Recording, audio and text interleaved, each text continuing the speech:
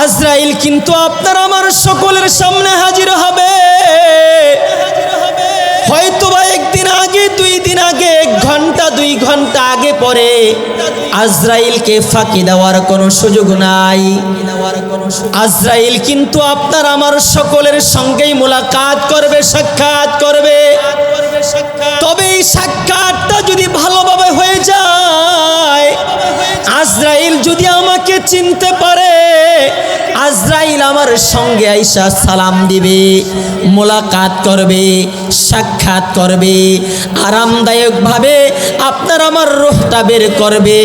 হাদিসে পাকের মধ্যে আসছে, নবী আলাইহিস সালাতু ওয়াস সালাম বলেন, নেককার বান্দার মৃত্যুর সময় যখন হয়ে যায়, আল্লাহ সুবহানাহু ওয়া তাআলা হযরত আজরাইল সহ 500 ফেরেশতা, জিবরাইল আলাইহিস সালাতু ওয়াস সালাম সহ, আজরাইল সহ এরকম 500 ফেরেশতা নেককার বান্দার কাছাকাছি আইসা বসে। সুবহানাল্লাহ। নেককার বান্দার কাছে আইসা বইসা এবার নেককার বান্দার মাথার দিকে একদল ফেরেশতা বসে, পায়ের দিকে একদল ফেরেশতা বসে, হাতের দিকে একদল ফেরেশতা বসে, ডান দিকে একদল ফেরেশতা বসে, বাম দিকে একদল ফেরেশতা বসে। এইভাবে ফেরেশতারা গোলাকার হইয়া বইসা বান্দাকে এবার সান্ত্বনা দিয়ে বসে, বান্দাকে এবার সান্ত্বনা দেয়, ওয়াবিশিরু বিল জান্নাতিল্লাতি কুনতুম তুআদুন। হে বান্দা, তোমার কোনো টেনশন নাই, তোমার কোনো ভয় নাই। তুমি যেই মাওলার ইবাদত করে গিয়েছো, যেই মাওলার গোলামি করেছো, শীতের রজনীতে উঠা আহারে ফজরের নামাজ জামাতের সাথে পড়েছো, এত বড় আল্লাহ পাকের গোলামি করেছো, আল্লাহ তাআলা তোমার প্রতি রাজি এবং খুশি হয়েছেন। হে বান্দা, ওয়াবিশিরু বিল জান্নাতিল্লাতি, ওই জান্নাতের সুসংবাদ গ্রহণ করো, আল্লাতি কুনতুম তুআদুন, যেই জান্নাতের ওয়াদা আল্লাহ তাআলা তোমাদেরকে দিয়েছেন। সুবহানাল্লাহ। আরো ফেরেশতারা বলতে থাকে, হে দুনিয়ার নেককার বান্দারে, নাহনু আউলিয়াউকুম ফিল হায়াতিদ দুনিয়া ওয়া ফিল আখিরাহ ওয়া লাকুম ফিহা মা তাশতাহি আনফুসুকুম ওয়া লাকুম ফিহা মা তাদউন। ফেরেশতারা বলতে থাকে, নাহনু আউলিয়াউকুম ফিল হায়াতিদ দুনিয়া ওয়া ফিল আখিরাহ। হে বান্দা, তুমি শোনো, আমরা তোমার বন্ধু। নাহনু আউলিয়াউকুম ফিল হায়াতিদ দুনিয়া, দুনিয়াতেও তোমার বন্ধু, ও ফিল আখিরাহ, আখিরাতেও তোমার বন্ধু। দুনিয়াতে যতদিন তুমি আছো, তোমার হায়াত শেষ হওয়া পর্যন্ত আমরা তোমার সঙ্গে থাকবো, আমরা তোমার ডানে থাকবো, আমরা তোমার পিছনে থাকবো। তোমার আরামদায়কভাবে তোমার রূহটা বের করা হবে, তোমার কোনো কষ্ট হবে না। কবরে যাইবা তোমার কষ্ট হবে না, হাসুরে যাইবা তোমার কষ্ট হবে না, পুলসিরাতে যাইবা তোমার কোনো কষ্ট হবে না। যত রকমের কঠিন কাঠিগুলো হবে হাসুরের ময়দানে আমরা ফেরেশতারা তোমাকে পার করিয়ে দিব, তোমার কোনো ধরনের কষ্ট হবে না। আমার দুনিয়ার যত রকমের কাজ কর্ম থাকুক না কেন, থাকার কোনো সুযোগ আছে? থাকার কোনো সুযোগ নেই। এমন কি আল্লাহ সুবহানাহু ওয়া তাআলা কোরআনে হাকীমের মধ্যে বলেন, ইযা জাআ আজালুহুম লা ইস্তাখিরুনা সাআতাও ওয়া লা ইস্তাকদিমুন। আমার ভাইরা বন্ধুরা, আল্লাহ সুবহানাহু ওয়া তাআলা কোরআনে হাকীমের মধ্যে বলেন, ইযা জাআ আজালুহুম, তোমার মৃত্যু যখন তোমার সামনে চলে আসবে, লা ইস্তাখিরুনা সাআতান, এক মুহূর্ত বিলম্ব হবে না, ওয়ালা ইস্তাখিরুন, এক মুহূর্ত আগেও তোমার মৃত্যুটা হবে না, আবার এক মুহূর্ত বিলম্ব তোমার মৃত্যু হবে না। বরং আল্লাহ সুবহানাহু ওয়া তাআলা যেই নির্ধারিত টাইম আপনার আমার জন্য লিখে দিয়েছেন, ঠিক ওই টাইমেই আজরাইল যখন হাজির হয়ে যাবে, ওই টাইমেই ওই মুহূর্তেই আপনার আমার হায়াত আজরাইল তখন নিয়ে চলে যাবে। এই জন্য আমার ভাইরা বন্ধুরা, আজরাইল যখন এসে পড়বে, হায়াত যখন শেষ হয়ে যাবে, আর যত রকমের আপনার আমার কাজ থাকুক না কেন, আমার বাহানা থাকুক না কেন, আমার যত রকমের এই অজুহাত থাকুক না কেন, আজরাইল কিন্তু কোনোদিন শুনবে না। আজরাইল কিন্তু আপনার আমার কথা তখন আর শুনবে না, থাকার কোনো সুযোগও থাকবে না। আমার ভাইরা, আপনারা ইতিহাস শুনেছেন, সাদ্দাত ছিল একটার নাম। আল্লাহ পাকের দুশ্মন ছিল সে। সে দুনিয়াতে জান্নাত বানিয়েছিল। এমনকি দুনিয়াতে জান্নাত বানানোর পরে আল্লাহ পাকের সাথে সে চ্যালেঞ্জ করেছিল যে আমি দুনিয়াতে জান্নাত বানাবো। আল্লাহ নাকি পরকালে মানুষকে জান্নাত দিবে, আমি ওই জান্নাত দুনিয়াতে বানায়া দেখব। ওই জান্নাত আমি দুনিয়াতে বানায়া দেখব, আর মানুষকে আমি দেখাবো যে আমিও জান্নাত বানাইতে পারি। নাউজুবিল্লাহ পড়েন, আর জোরে বলেন নাউজুবিল্লাহ। আল্লাহ পাকের জান্নাত জাহান্নাম, সেটা যে কিভাবে আল্লাহ তাআলা বানাইছেন আল্লাহ পাক ভালো জানেন। জাহান্নাম যে কত গভীর হবে, জাহান্নামের আযাব যে কত কঠোর হবে আল্লাহ তাআলা ভালো জানেন। জান্নাতের নিয়ামত, জান্নাতের বালাখানা আল্লাহ তাআলা কত নাজ নিয়ামত রেখেছেন আল্লাহ তাআলা ভালো জানেন। কত সুন্দর হবে। হাদিসে পাকের মধ্যে, কোরআনের মধ্যে সৌন্দর্যের কথা আসছে, নিয়ামতের কথা আসছে, বালাখানার কথা আসছে, কিন্তু সৌন্দর্যের কোনো শেষ নাই। কিন্তু আল্লাহ পাকের সাথে চ্যালেঞ্জ করে এই আল্লাহ পাকের দুশ্মন সে দুনিয়াতেই জান্নাত বানানোর চেষ্টা করলো। আল্লাহ কয়ে, দেখি তোর চ্যালেঞ্জ আমার সাথে কেমন হয়। দুনিয়াতে জান্নাত বানাইলো, জান্নাত বানানোর তার কাজ সব কমপ্লিট হয়ে গেল। এক পর্যায়ে এমন সুন্দর করে সে জান্নাত বানাইলো, বিশাল বড় জান্নাত বানানো তার প্রস্তুত হয়ে গেল। বিশাল বড় বানাখানা বানাইলো, ভিতরে সৌন্দর্য কারুকার্য করলো। দুনিয়াতে যত দামি দামি জিনিস ছিল সব কিছু তার জান্নাতের মধ্যে আইসা ফিট করলো। না জেনে আমার কোনো কিছু বাকি রইল না। লক্ষ কোটি কোটি টাকা শেষ করে বিলীন করে দুনিয়ার তার সেই জান্নাতের মধ্যেই না ঢুকাইলো। মানুষকে দেখানোর চেষ্টা করলো, দেখো আমিও দুনিয়াতে জান্নাত বানাইতে পারি, আমিও দুনিয়াতে মানুষকে শান্তি দিতে পারি। আসলে এই শান্তি আসল শান্তি না। এক পর্যায়ে তার বালাখানা যখন প্রস্তুত হয়ে গেল, জান্নাত যখন বানানো সম্পূর্ণ হয়ে গেল, এবার সে জান্নাতের ভিতরে ঢুকবে। জান্নাতের ভিতরে এবার সে দেখার জন্য ঢুকবে এক নজর। এত লক্ষ কোটি কোটি বিলিয়ন ডলার সে খরচ করলো দুনিয়ার জান্নাত বানানোর জন্য। এবার তারা জান্নাতটা সে দেখার জন্য একটু ভিতরে ঢুকবে। যখন এই দরজার সামনে সে পা রাখলো, সঙ্গে সঙ্গে আজরাইল আইসা সামনে হাজির। হে সাদ্দাত, তুই কই যাস? কয়, ভিতরে যাবো আমি জান্নাত দেখার জন্য। লক্ষ কোটি কোটি বিলিয়ন ডলার খরচ করে আমি জান্নাত বানাইলাম, ভিতরে আমি একটু ঘুইরা দেখবো কিভাবে বানাইলো, কর্মচারীরা কিভাবে তাকে সৌন্দর্য করলো, আমি একটু দেখবো, আমাকে দেখার সুযোগ দাও। আজরাইল বলে, না না, আর কোনো সুযোগ নাই, ভিতরে যাওয়ার কোনো সুযোগ নাই, ভিতরে যাইতে পারবা না, অর্ডার নাই, এখানেই তোমার স্টপ করে দিতে হবে, আর ভিতরে যাওয়ার কোনো সুযোগ নাই। সাদ্দাত জিজ্ঞাসা করে, কে তুমি? পরিচয় কি তোমার? কোথা থেকে তুমি আসলা? কে তোমাকে পাঠাইলো? সাদ্দাতকে তখন আজরাইল পরিচয় দিয়ে বলে, আমার পরিচয় একটাই, আনা মালাকুল মউত, আমি আজরাইল মালাকুল মউত আল্লাহ তাআলা আমাকে পাঠিয়েছেন, আর এক মুহূর্ত তোমাকে কাল বিলম্ব করা যাবে না, ভিতরে ঢুকতে পারবে না, পিছনেও তুমি ফিরতে পারবে না, এদিক সেদিক তাকাইতেও পারবে না, এখান থেকেই তোমার জান কবজ করে আল্লাহ পাকের সামনে তোমাকে আমি নিয়ে যাব। আল্লাহু আকবার বলেন। সঙ্গে সঙ্গে মালাকুল মউত তাকে জান কবজ করে তার হায়াতটা নিয়ে গেলেন।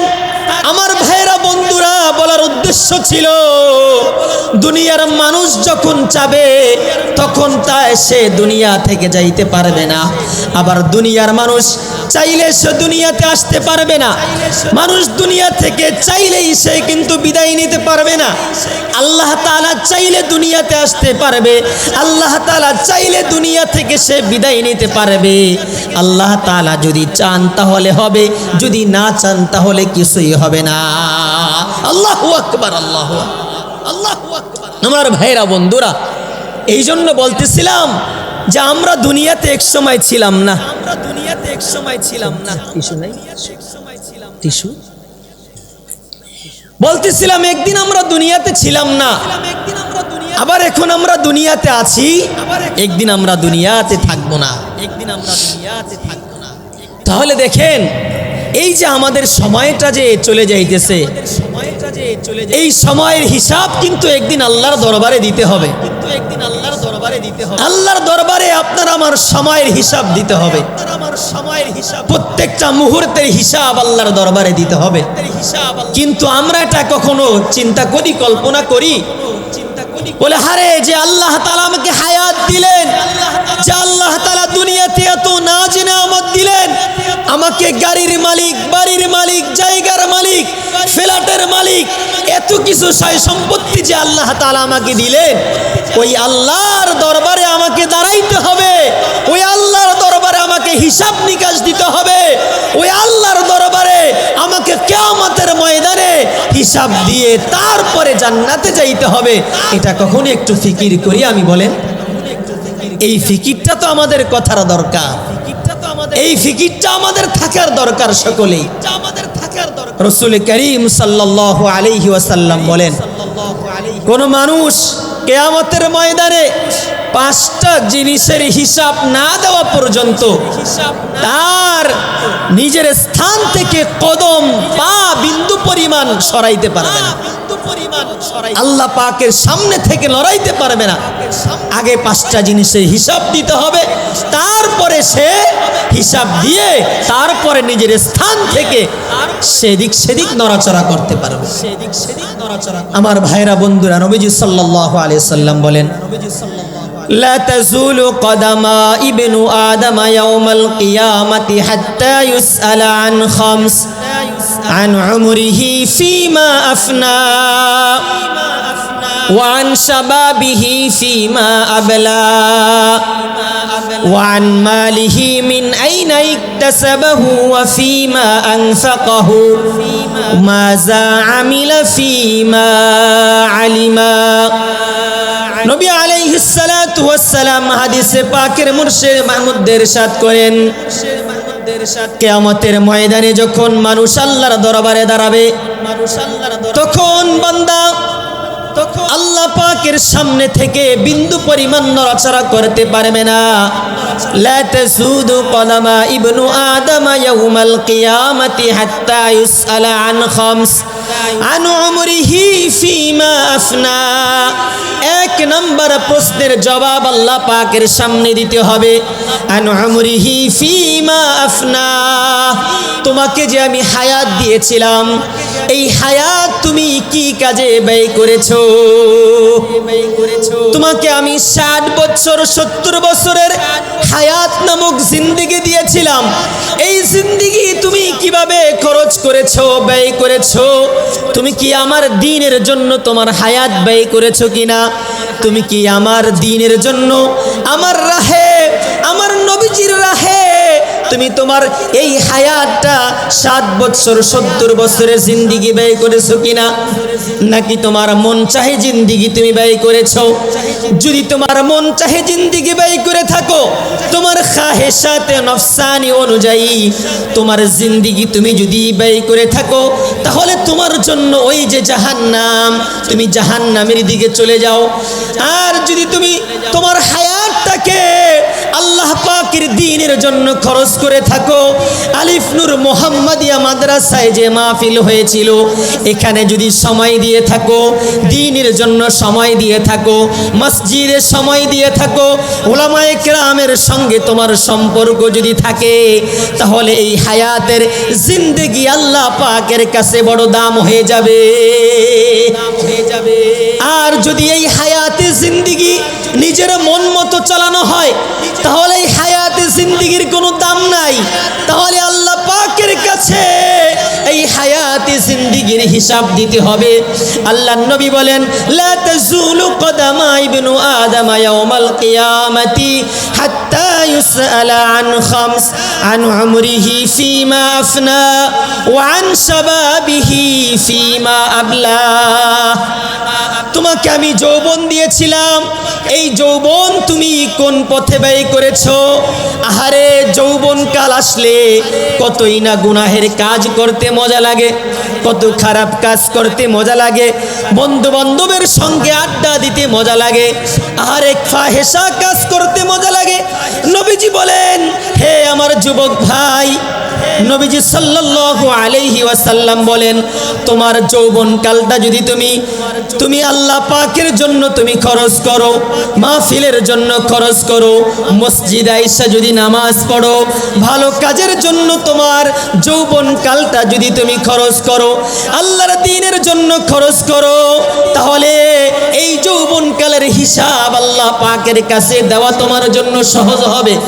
আর এই যৌবন কালের ইবাদত আল্লাহ তাআলা এমন পছন্দ করেন, এমন পছন্দ করেন, নবী আলাইহিস সালাতু ওয়াস সালাম বলেন, ওই যুবক, যেই যুবক রাজুলান তাহাব্বা ফিল্লাহ ইজতামা আলাইহি ওয়া তাফাররাকা আলাইহি, ওই যুবককে আল্লাহ তাআলা পরকালে জান্নাত দান করবেন। যেই যুবকের সম্পর্ক থাকে মসজিদের সঙ্গে, যেই যুবকরা নাকি পরস্পর আল্লাহ পাকের মোহাব্বতে একজন আরেকজনের সাথে বন্ধুত্ব রাখে, সম্পর্ক রাখে, এমন যুবকদের জন্য আল্লাহ তাআলা পরকালে আরশে আজিমের নিচে আস্থানের ছায়ার ব্যবস্থা করে দিয়েছে। সুবহানাল্লাহ। আর জোরে বলেন না সুবহানাল্লাহ। আমার ভাইরা বন্ধুরা, যৌবন কালের হিসাব আল্লাহর দরবারে দিতে হবে। এক তো হচ্ছে হায়াতে জিন্দেগির হিসাব আল্লাহ পাকের কাছে দিতে হবে, 2 নাম্বার যৌবন কালের হিসাবও আল্লাহ পাকের কাছে দিতে হবে। যৌবন কাল বলার উদ্দেশ্য কি? যৌবন কালে আল্লাহ তাআলা বান্দার ইবাদত পছন্দ করেন। দেখেন, বৃদ্ধ হয়ে গেলে একটা আমল আপনি করতে চাইলেও করতে পারবেন না, কিন্তু যৌবন কালে যখন থাকে তখন সাধারণত যেই কোনো আমল করতে চাইলে করা যায়। আর আল্লাহ পাকের কাছে যৌবন কালের ইবাদত অনেক পছন্দনীয়। সুবহানাল্লাহ। এই জন্য যৌবন কাল আল্লাহ পাকের কাছে অনেক দামি, অনেক দামি। এজন্য নবীজি বলছেন, যৌবন কাল আল্লাহ পাকের কাছে যেহেতু দামি, আর এই যৌবন কালটা আল্লাহ তাআলা দিয়েছেন ইবাদতের জন্য, সুতরাং আলাদাভাবে যুবকদের জন্য যুবকদের কাছ থেকে যৌবন কালের ইবাদত আল্লাহ তাআলা জিজ্ঞাসা করবেন, আল্লাহ তাআলা হিসাব নেবেন। সুবহানাল্লাহ। আমার ভাইরা বন্ধুরা, বলতেছিলাম 5টা জিনিসের হিসাব আল্লাহ তাআলার দরবারে দিতে হবে। এর মধ্যে 2 নাম্বার যৌবন কালের ইবাদত, যৌবন কালের হিসাব আল্লাহ পাকের কাছে দিতে হবে। যৌবন কালের হিসাব আল্লাহ পাকের কাছে দিতে হবে। عن عمره فيما أفنى وعن شبابه فيما أبلى وعن أين اكتسبه وفيما أنفقه আমরা যে ধন সম্পদ অর্জন করি এই ধন সম্পদ অর্জন কিভাবে করেছি, হালাল পথে করেছি নাকি হারাম পথে করেছি, এটার হিসাব আল্লাহর দরবারে দিতে হবে। আমরা যে সম্পদ অর্জন করি না, কামাই রুজি করি, এই সম্পদ কি হালাল ভাবে আমি অর্জন করলাম কিনা, আমি যেই রিজিক উপার্জন করলাম, কামাই রুজি করলাম, এটা কি হালাল ভাবে করলাম নাকি হারাম ভাবে করলাম, এটার হিসাবও আল্লাহর দরবারে দিতে হবে। ওয়াফিমা আনফাকাহু, এবং হালাল ভাবে উপার্জন করার পরে আবার তোমার এই সম্পদটা কি তুমি হারাম ভাবে খরচ করছো কিনা, এটার হিসাবও আল্লাহর দরবারে দিতে হবে। সুতরাং বোঝা গেল সম্পদ হালাল ভাবে উপার্জন করতে হবে, আবার হালাল ভাবে ব্যয় করতে হবে। এদিক সেদিক ব্যয় করলে হবে না, হালাল ভাবে উপার্জন করে আবার হালাল পন্থায় সম্পদ খরচ করতে হবে। হালাল ভাবে উপার্জন করে আবার হালাল ভাবে সম্পদকে ব্যয় করতে হবে। সম্পদ হালাল ভাবে উপার্জন করব, আবার হালাল ভাবে সম্পদ খরচ করব। এই যে আলিফ নূর মোহাম্মদিয়া মাদ্রাসা, আলহামদুলিল্লাহ আপনাদের জন্য আজকে ওয়াজ মাহফিলের ব্যবস্থা করেছেন। চাইলে এখানে 2, 4, 5, 10 টাকা দান করেন। এই যে মসজিদ, এখানে দান করেন। দান করার বিভিন্ন খাত আছে, এই সমস্ত জায়গাগুলোতে যদি আপনার সম্পদ আপনি দান করতে পারেন, তাহলে আপনার এই সম্পদকে আল্লাহ তাআলা পাক এবং সাফ পরিষ্কার করে দিবেন। সুবহানাল্লাহ। আল্লাহ তাআলা এই দানের উসিলায়, খরচের উসিলায় পরকালে আপনাকে আল্লাহ তাআলা জান্নাতের মালিক বানায় দিবেন। সুবহানাল্লাহ। আমার ভাইরা, বন্ধুরা, এই জন্য আল্লাহর দরবারে হিসাব দিতে হবে। মাজা আনফাকাহু, কোথায় তুমি তোমার মালকে খরচ করেছো। ওয়া মাজা আমিলা ফিমা আলিমা। 5 নাম্বার, তুমি যেই অনুযায়ী ইলম শিক্ষা করেছো, যেভাবে তুমি ইলম শিখেছো, ওই ইলম অনুযায়ী তুমি আমল করেছো কিনা, এটাও হিসাব দিতে হবে আল্লাহর দরবারে। সুতরাং এই 5টা জিনিসের হিসাব আল্লাহর দরবারে না দেওয়া পর্যন্ত কোনো বান্দা তার নিজের জায়গা থেকে কদম নড়াইতে পারবে না। আমার ভাইরা, বন্ধুরা, বলতেছিলাম এই জন্য যেখানেই যাব মৃত্যুর কথা স্মরণ রাখবো। মৃত্যু আপনার আমার কখন আইসা পরে বলা যায় না। হায়াতে জিন্দেগির মালিক একমাত্র আল্লাহ। জোরে বলেন হায়াতের মালিককে, আরো চিল্লায়া বলেন হায়াতের মালিককে, আরো চিল্লায়া বলেন হায়াতের মালিককে। মৃত্যুর মালিককে, আবার চিল্লায়া বলেন মৃত্যুর মালিককে। তাহলে হায়াতের মালিকও যদি আল্লাহ হন, মৃত্যুর মালিকও যদি আল্লাহ হন, সব কিছুর মালিকই আল্লাহ। আল্লাহ ছাড়া কোনো কিছুই নাই। একমাত্র আল্লাহ তাআলাই সব কিছু পারেন। হায়াত মৌতের মালিক আল্লাহ তাআলা, হায়াত দেওয়ার মালিকও আল্লাহ তাআলা, হায়াত নেওয়ার মালিকও আল্লাহ তাআলা। সুতরাং এই হায়াত আপনাকে আমাকে যে আল্লাহ তাআলা দিয়েছেন, ওই আল্লাহ তাআলা কখন যে আপনাকে আমাকে ডাক দিয়ে ফেলে না কিন্তু বলা যায় না। ওই ডাক আসার আগে আগে আপনাকে আমাকে প্রস্তুতি হইতে হবে মৃত্যুর জন্য। মৃত্যুর জন্য যদি আমরা প্রস্তুতি হইতে পারি, প্রস্তুতি গ্রহণ করতে পারি, এটাই হবে আকলমানদের কাজ। আর যদি প্রস্তুতি না নিতে পারি, এটা হবে বেয়াক্কলের কাজ।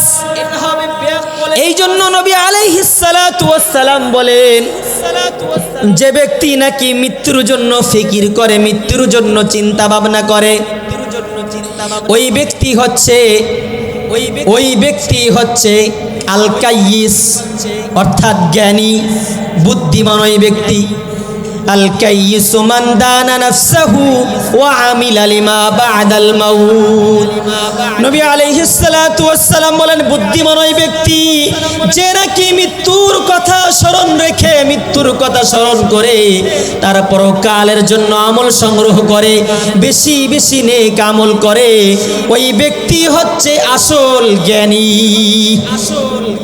ওয়াল আজিজু মান ইত্তাবা নাফসাহু হাওয়াহা ওয়া তামান্না আলাল্লাহ।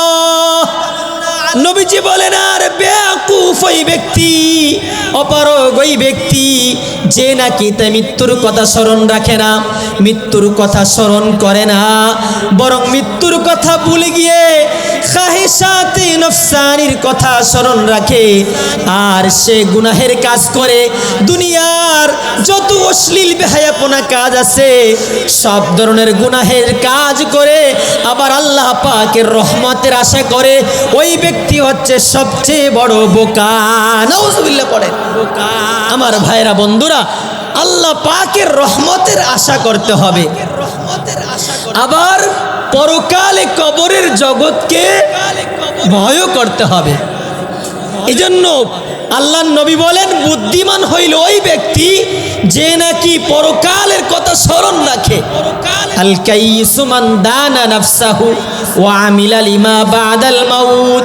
আর পরকালের কথা স্মরণ রাখা বেশি বেশি নেক আমল করে, এই ব্যক্তি বুদ্ধিমান। এই ব্যক্তি বুদ্ধিমান। আর নির্বোধ অপারগ নির্বোধ ওই ব্যক্তি যে নাকি পরকালের কথা স্মরণ রাখে না, স্মরণ করে না, বরং খাহেশাতে নফসানি, মন যেটা চায় সেটাই করলো, আবার কয় আল্লাহরে ভয় করি, নামাজ পড়ি। কয় মিথ্যা কথা কইলে কি হইব, নামাজ তো পড়ি। কি বলে? মিথ্যা কথা কইলে কি হইব, নামাজ পড়ি। কয় ইমান ঠিক আছে। কয় নামাজ না পড়লে কি আছে, ইমান নাকি ঠিক আছে? বলে কি না আমাদের সমাজে এরকম? আর জোরে বলেন, বলে কি না? এরকম এরকম লোক সমাজের মধ্যে অনেক আছে। নামাজ পড়ে না, দেখবেন কয় ইমান ঠিক আছে। রোজা রাখে না, চায়ের দোকানে গিয়ে চা খায়, দেখবেন তারপরে বড় বড় কথা আবার মাসআলা দেয় সেখানে গিয়া। আছে না না এরকম লোক? আরে জোরে বলেন, আছে না নাই? এর 2 মাস পরই রমজান আসতেছে, দেখবেন যে একদল লোক, হ্যাঁ, এই লাল পর্দা আর কালো পর্দা শুরু হয়ে যাবে কিছুদিন পরেই, দেখবেন যে। আমার ভাইরা বন্ধুরা, আল্লাহকে ভয় করেন, আল্লাহর ভয় এই দিলের মধ্যে পয়দা করেন। ওই আল্লাহর সামনে আমাদের দাঁড়াইতে হবে ভাই। ওই আল্লাহ পাকের সামনে কি জবাব দিব আপনি আমি? ওই আল্লাহ পাককে ভয় করে, আল্লাহ পাকের ভয় অন্তরে যদি আনতে পারি, মৃত্যুর ভয় যদি অন্তরে আনতে পারি, তাহলে দেখবেন দুনিয়াতে চলা সহজ হয়ে যাবে। আর আল্লাহ পাকের ভয়, মৃত্যুর ভয় যদি অন্তরের মধ্যে না থাকে, দেখবেন যে মনে হবে দুনিয়াটাই আমার উপরে আর কে আছে, আমার উপরে আর কে আছে। দেখবেন দুনিয়ার কাউকে কেয়ার করে না, দুনিয়ার কাউকে সে দাম দেয় না, কারণ কিছু টাকা পয়সা আছে, অর্থ সম্পদ আছে, কিছু পদ পদবি আছে, আর কাউকে দাম দিতে চায় না। আছে না নাই? আর জোরে বলেন, আছে না নাই? এরকম সবচাইতে ভয় করতে হবে কাকে? জোরে বলেন, কাকে? দুনিয়ার কোন তন্ত্র মন্ত্রকে ভয় করা যাবে না। কথা বলেন ঠিক না বেঠিক? আমার ভাইরা, ভয় করব একজনকে, কাকে? আল্লাহকে ভয় করব। জোরে বলেন, কাকে ভয় করব?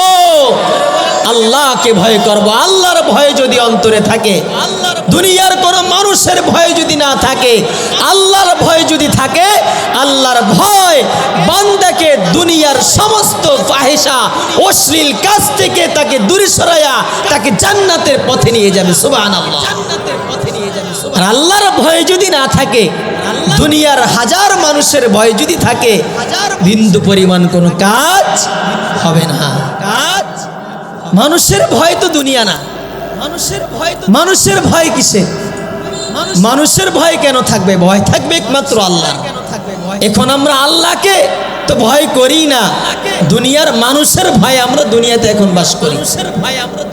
আল্লাহ তাআলা বুঝার তৌফিক দান করুন। আমার ভাইরা বন্ধুরা, বলতেছিলাম যে আল্লাহ তাআলা দুনিয়াতে পাঠিয়েছেন অল্প সময় দিয়ে, হায়াত দিয়া। এই হায়াত কিন্তু শেষ হয়ে যাবে হঠাৎ। হঠাৎ একদিন দেখবেন মৃত্যু আইসা পড়ছে, হঠাৎ একদিন মৃত্যু আইসা পড়ছে। এই মৃত্যু আসার আগে আগে আমাকে প্রস্তুতি নিতে হবে। এই মৃত্যু আসার আগে আগে আমাকে প্রস্তুতি নিতে হবে। মালাকুল মউত আমার সামনে আসার আগে আগে আমাকে প্রস্তুতি নিতে হবে। হযরত সাহাবায়ে কেরাম রাদিয়াল্লাহু তাআলা আনহুম আজমাইন তারা মৃত্যুকে কেমন ভয় করতেন, মৃত্যুকে কেমন ভয় করতেন, আরে দুনিয়ার ভয়, দুনিয়ার মহাব্বত তাদের ভিতরে বিন্দু পরিমাণ ছিল না। আল্লাহর ভয়, মৃত্যুর ভয় সবসময় তাদের ভিতরে ছিল, যার কারণে কোনোদিন তাদের দ্বারা গুনাহ হয় নাই, যার কারণে সাহাবায়ে কেরামদেরকে আল্লাহ সুবহানাহু ওয়া তাআলা কোরআনে হাকীমের মধ্যে রাদিয়াল্লাহু আনহুম ওয়া রাদু আন বলেছেন। সুবহানাল্লাহ। আমার ভাইরা বন্ধুরা, এই জন্য আল্লাহর ভয় যখন অন্তরে পয়দা হয়ে যাবে, ওই অন্তর দ্বারা আর কোনোদিন গুনাহ হবে না। আল্লাহর ভয় যদি কোনো মানুষের অন্তরে না থাকে, ওই অন্তর দ্বারা যেই কোনো গুনাহ করাই সম্ভব হয়ে যায়। একজন মানুষের অন্তরে যখন আল্লাহর ভয় জাগা হয়ে যায়, ওই বান্দার অন্তর দ্বারা আর কোনোদিন গুনাহ হইতে পারে না। সাহাবায়ে কেরামের অন্তরে আল্লাহর ভয় ছিল, যার কারণে সাহাবায়ে কেরাম দ্বারা কোনোদিন গুনাহ হয় নাই। ঈমান আনার পরে সাহাবায়ে কেরামের দ্বারা কোনোদিন গুনাহ হয় নাই। যেই মানুষগুলো দুনিয়ার সবচেয়ে বড় নিকৃষ্ট মানুষ ছিলেন, দুনিয়ার সবচেয়ে বড় খারাপ মানুষ ছিলেন, তারা আইয়ামে জাহিলিয়াতের যুগের যেই মানুষগুলো, এত খারাপ মানুষগুলো ঈমান আনার পরে, কালেমা পড়ার পরে, আল্লাহর নবীর সুহবতে যাওয়ার পরে এমন দামি হয়ে গিয়েছেন, এমন দামি হয়ে গিয়েছেন।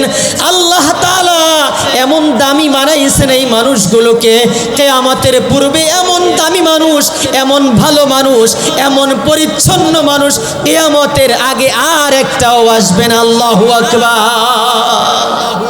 এমন দামি মানুষ আল্লাহ তাআলা সাহাবায়ে কেরামদেরকে বানাইছে। সুবহানাল্লাহ।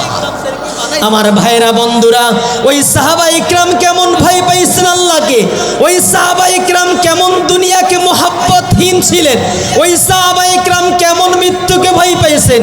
আল্লাহর নবী সাল্লাল্লাহু আলাইহি ওয়াসাল্লাম জিহাদের জন্য সাহাবায়ে কেরামদেরকে ডাক দিলেন, হে আমার সাহাবীরা, অমুক তারিখে জিহাদের জন্য আমরা কাফের মুশরিকদের সঙ্গে জিহাদ করব, তোমরা সকলেই প্রস্তুতি নাও। কোন এক জিহাদের জন্য নবীজি সাল্লাল্লাহু আলাইহি ওয়াসাল্লাম সাহাবায়ে কেরামদেরকে ডাক দিলেন, হে আমার সাহাবীরা, কাফের মুশরিকদের সঙ্গে আমরা জিহাদে অংশগ্রহণ করব, তাড়াতাড়ি জিহাদের ফান্ডে তোমরা কিছু দান করো। আমরা এখন মাহফিলের জন্য, মসজিদের জন্য আপনাদের থেকে কালেকশন করি না? আর জোরে বলেন, করে কি না? সভাপতি সব করি না আমরা? হ্যাঁ করি। এই কালেকশন এখান থেকে শুরু না, এটা ওই নবীজির যুগ থেকেই শুরু। সুবহানাল্লাহ। জিহাদের ফান্ড ছিল তখন, ওই জিহাদের ফান্ড একবারে শূন্য ছিল, টাকা পয়সা ছিল না। জিহাদ করতে গেলে তো অস্ত্র শস্ত্র লাগবো, হ্যাঁ দামি দামি পোশাক লাগে, তারপরে অস্ত্র লাগে, কাফেরদের সঙ্গে মোকাবিলা করতে হবে, তো লক্ষ লক্ষ টাকা লাগবে।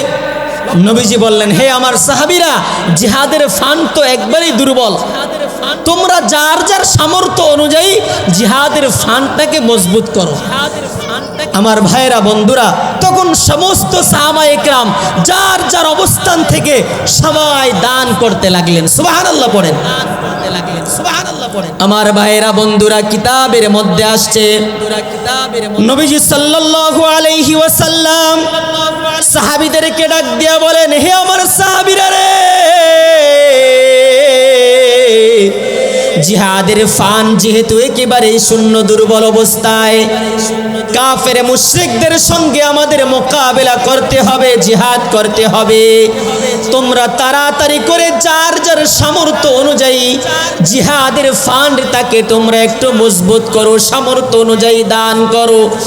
আমার ভাইরা বন্ধুরা, নবীজি এই কথা বলার সঙ্গে সঙ্গে সাহাবায়ে কেরাম যার যার বাড়ির দিকে ছুটে রওনা দিলেন। প্রত্যেকের বাড়িতে গিয়ে তন্ন তন্ন করে তালাশ করে যার যার বাড়িতে যা পাইলেন খুঁজে নবীজির হাতে জিহাদের ফান্ডে আইনা দান করলেন। সুবহানাল্লাহ। এক একজন সাহাবী কেউ ঘোড়া নিয়ে আসছেন, কেউ উট নিয়ে আসছেন, কেউ রশি নিয়ে আসছেন, কেউ দুম্বা নিয়ে আসছেন, কেউ ছাগল নিয়ে আসছেন, কেউ টাকা পয়সা নিয়ে আসছেন, কেউ স্বর্ণ গহনা নিয়ে আসছেন। যার সামর্থ্য যেটা ছিল সে সেটাই নিয়ে আসছেন নবীজির দরবারে। এক পর্যায়ে দীর্ঘক্ষণ সময় পার হয়ে গেল। অনেকক্ষণ পরে দীর্ঘক্ষণ সময় পার হয়ে যাওয়ার পরে সমস্ত সাহাবায়ে কেরাম চলে আসছেন। এক পর্যায়ে জীর্ণ শীর্ণ একজন বৃদ্ধা মহিলা সবার পরে পিছনে পিছনে আসতে লাগলো। দেখতে একেবারে দুর্বল জীর্ণ শীর্ণ একজন মহিলা পিছন থেকে আস্তে আস্তে হাইটা হাইটা নবীজির দরবারে আগমন করলো। এবার সাহাবায়ে কেরামরা মনে মনে ভাবতেছে দুই একজন, যাহার এই জীর্ণ শীর্ণ মহিলাটা কোথায় যাইতেছে? মনে হয় নবীজির কাছে সাহায্য চাওয়ার জন্য যাইতেছে। এই মহিলাটার সময় পাইল না যে নবীজির দরবারে এখন গিয়া সে সাহায্য চাবে, আর কোনো সময় পাইল না। সাহাবায়ে কেরাম দুই একজন মনে মনে ভাবতেছেন এটা, যে এই মহিলাটা আর কোনো সময় পাইল না, নবীজি এখন আমাদের কাছে জিহাদের ফান্ডের জন্য দান চাইতেছে, আর এই মহিলাটা এখন আইসা নবীজির কাছে সে দান চাওয়ার জন্য সাহায্য চাওয়ার জন্য যাইতেছে, সে আর কোনো সময় পাইল না, তাকে তাড়াতাড়ি ভাগানোর চেষ্টা করো। দুই একজনে মনে মনে বলতেছে আর কি। আমার ভাইয়েরা বন্ধুরা, এক পর্যায়ে দেখা গেল ওই বৃদ্ধা মহিলা কোলে একজন সন্তান নিয়ে আসে, একজন দুধের বাচ্চা নিয়া দূর থেকে জীর্ণ শীর্ণ মহিলা দুধের বাচ্চা কোলে কইরা নবীজির দরবারে আস্তে আস্তে কইরা হাইটা আসলো। আর সাহাবায়ে কেরাম দুই একজন মনে মনে ধারণা করলেন এই বৃদ্ধা মহিলা কোথায় যাইতেছে? এই মহিলা মনে হয় সাহায্য চাওয়ার জন্য যাইতেছে নবীজির দরবারে। হে সাহাবীরা, তোমরা তাকে বারণ করো। নবীজির দরবারে এখন গেলে হয়তোবা নবীজি রাগ করতে পারেন। আসলে এই মহিলা সাহায্য চাওয়ার জন্য আসে নাই।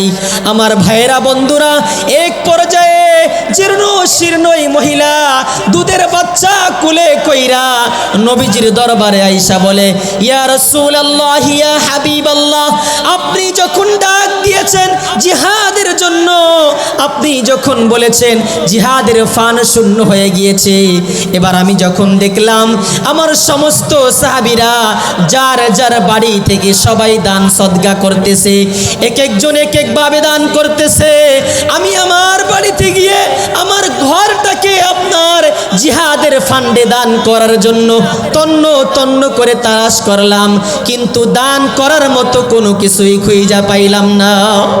ইয়া রাসূলুল্লাহ, ইয়া হাবিবাল্লাহ, এক পর্যায়ে আমার ভিতরে আল্লাহ তাআলা একটা মনস্থ করে দিলাম, আমার ভিতরে আল্লাহ তাআলা একটা জাগ্রত পয়দা করে দিল। ইয়া রাসূলুল্লাহ, ইয়া হাবিবাল্লাহ, আমার মনে হয়ে গেল আমার স্বামী দীর্ঘদিন আগে আপনার সঙ্গে জিহাদে অংশগ্রহণ করেছিলেন। আমার স্বামী আপনার সঙ্গে জিহাদে অংশগ্রহণ করে আমার স্বামী দুনিয়া থেকে শহীদ হয়েছিলেন। আল্লাহু আকবার।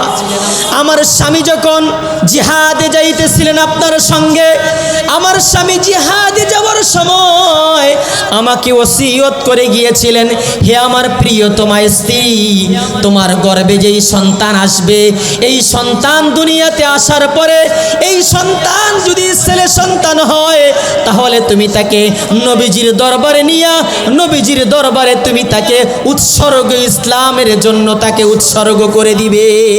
সুবহানাল্লাহি ওয়া বিহামদিহি।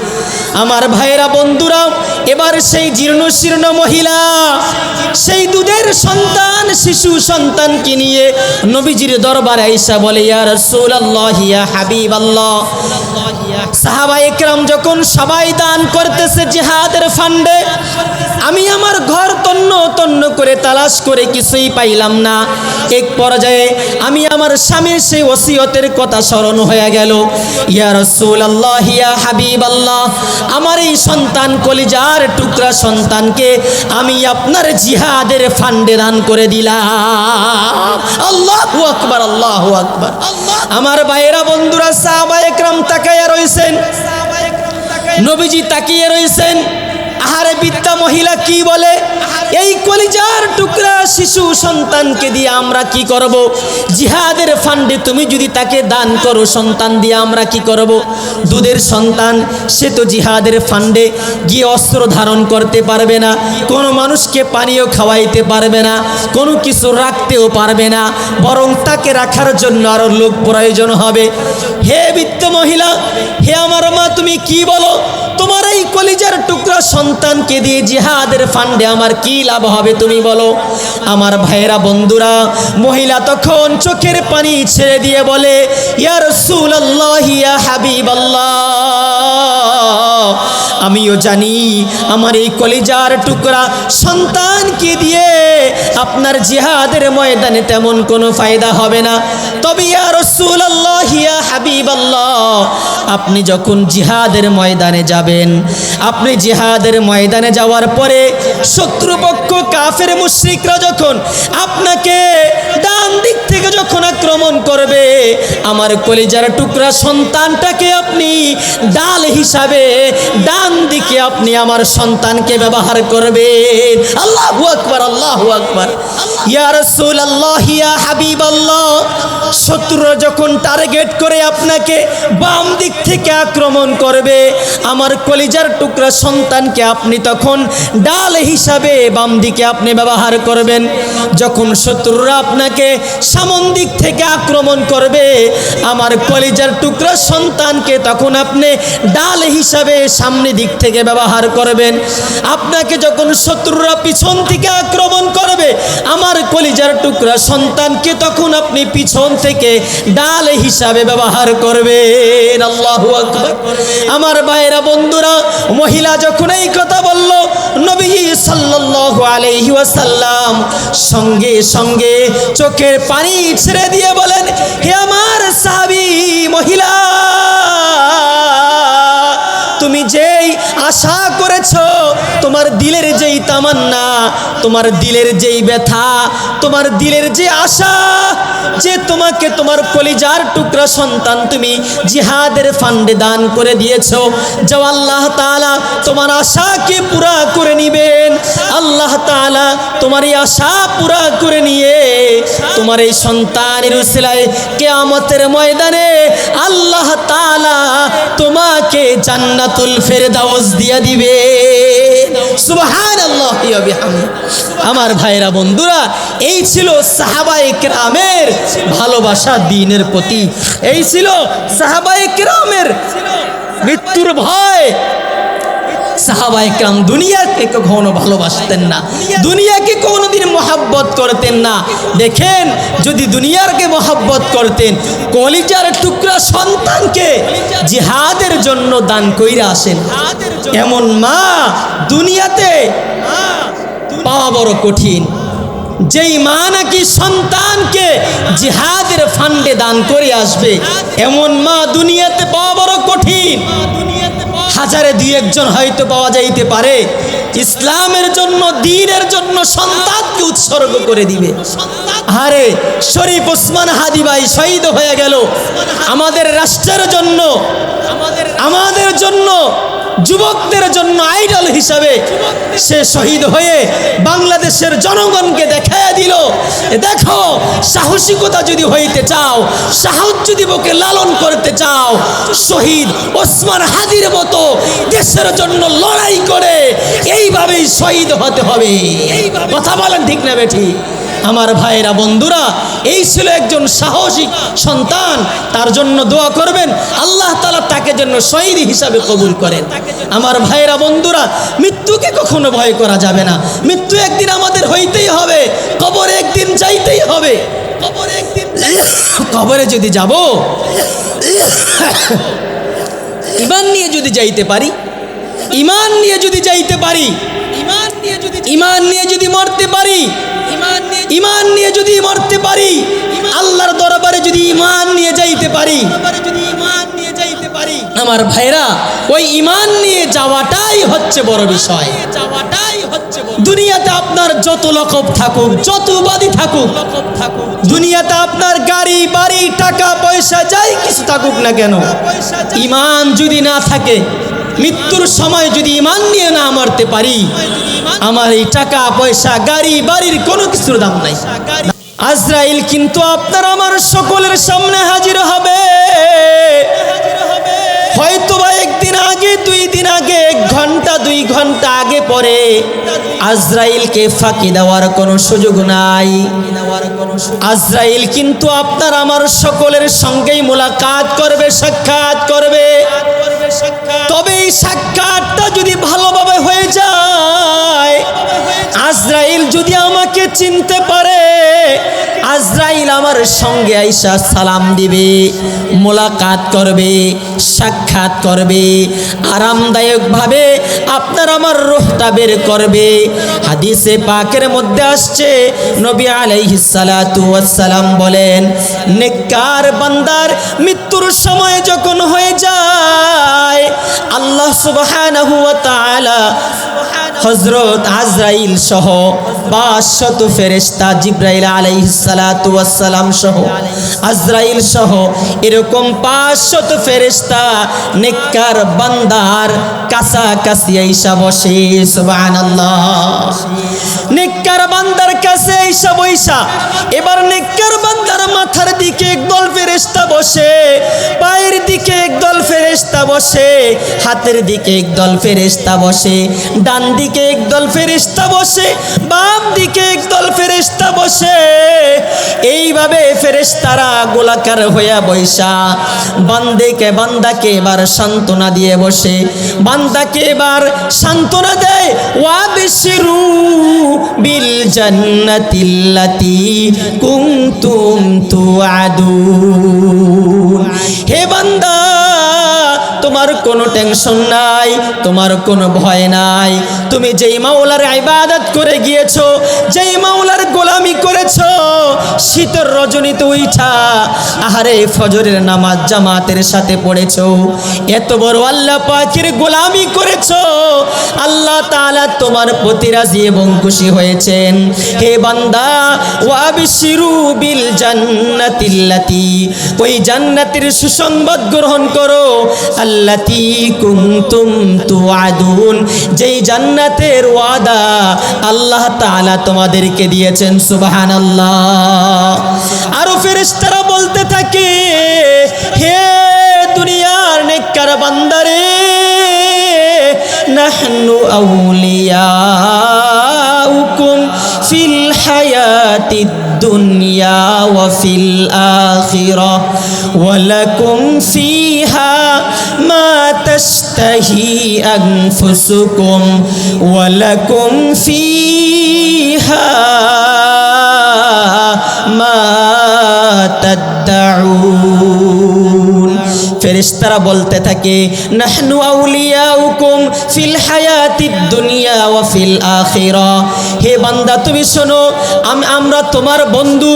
নাহনু আউলিয়াউকুম ফিল হায়াতিদ দুনিয়া, দুনিয়াতেও তোমার বন্ধু, ও ফিল আখিরাহ, আখিরাতেও তোমার বন্ধু। দুনিয়াতে যতদিন তুমি আছো, তোমার হায়াত শেষ হওয়া পর্যন্ত আমরা তোমার সঙ্গে থাকবো, আমরা তোমার ডানে থাকবো, আমরা তোমার পিছনে থাকবো, থাকবো, তোমার আরামদায়কভাবে তোমার রূহটা বের করা হবে, তোমার কোনো কষ্ট হবে না। কবরে যাইবা তোমার কষ্ট হবে না, হাসুরে যাইবা তোমার কষ্ট হবে না, পুলসিরাতে যাইবা তোমার কোনো কষ্ট হবে না। যত রকমের কঠিন কাঠিগুলো হবে হাসুরের ময়দানে আমরা ফেরেশতারা তোমাকে পার করিয়ে দিব, তোমার কোনো ধরনের কষ্ট হবে না। ওয়াবিশিরু বিল জান্নাতিল্লাতী কুনতুম তুআদুন নাহনু আউলিয়াউকুম ফিল হায়াতিদ দুনিয়া ওয়া ফিল আখিরাহ ওয়া লাকুম ফিহা মা তাশতাহি আনফুসুকুম ওয়া লাকুম ফিহা মা তাদউন। ফেরেশতারা বলতে থাকবে, হে বান্দা, আর কিয়ামতের ময়দানে যাওয়ার পরে ওয়া লাকুম ফিহা মা তাশতাহি আনফুসুকুম, তোমার নফস তোমার আত্মা যা চাবে আল্লাহ তাআলা কিয়ামতের ময়দানে জান্নাতের মধ্যে যেই নাজ নিয়ামত রেখেছেন, বালাখানা রেখেছেন, দুনিয়ার 10 দুনিয়ার সমান তোমার সর্বনিম্ন একটা জান্নাত হবে। হে বান্দারে শোনো, ওই জান্নাতে ঢোকার পরে তোমার নফস শুধু চাইবে, হে আল্লাহ, অমুক খাবারটা যদি আমি একটু খাবার খাইতে পারতাম, অমুক ভালো খাবারটা যদি একটু আমি খাইতে পারতাম, অমুক ভালো জিনিসটা যদি আমি একটু দেখতে পারতাম, মনে শুধু চাবে, সঙ্গে সঙ্গে তোমার সামনে হাজির হয়ে যাবে। আল্লাহু আকবার। আমার ভাইরা বন্ধুরা, ফেরেশতারা এইভাবে সান্ত্বনা দিয়া দিয়া দুনিয়া থেকেই বান্দাকে বিদায় দিবে।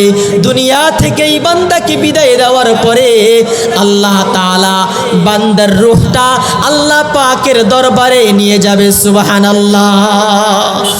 আর বান্দা যদি বদকার হয়ে যায়, বান্দার নেক আমল যদি না থাকে, বান্দা যদি জাহান্নামী হয়ে যায়, আল্লাহর নবী বলেন জিবরাইল সহ আজরাইল সহ 500 ফেরেশতা সহ তার কাছে অবতরণ করে আয়েশা বান্দাকে তার পায়ের এই যে গোড়া আছে, এই গোড়া থেকে বাইরানো শুরু করে, এমন জোরে জোরে বাড়ি দিতে থাকে, এক একটা বাড়ির সঙ্গে তার কাছে মনে হবে 70 হাত সে নিচে চলে গিয়েছে, এমন মনে হবে।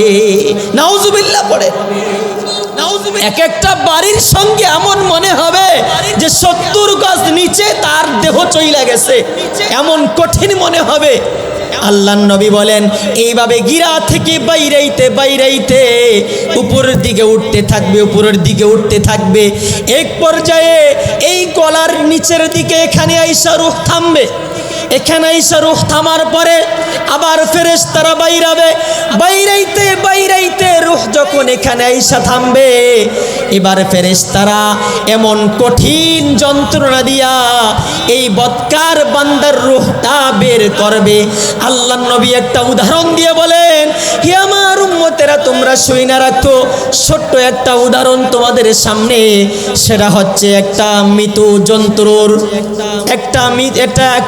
একটা জীবিত জন্তুর শরীর থেকে চামড়াটা টাইনা খুইসা খুইসা ছুটাইলে যেমন নাকি কঠিন লাগে, কষ্ট লাগে, ঠিক তেমনি ভাবে ওই বদকার বান্দার রূহটা যখন তার দেহ থেকে ফেরেশতারা যখন বের করবে, তখন তার কাছে এর চাইতেও আরো কঠিন লাগবে। নাউজুবিল্লাহ।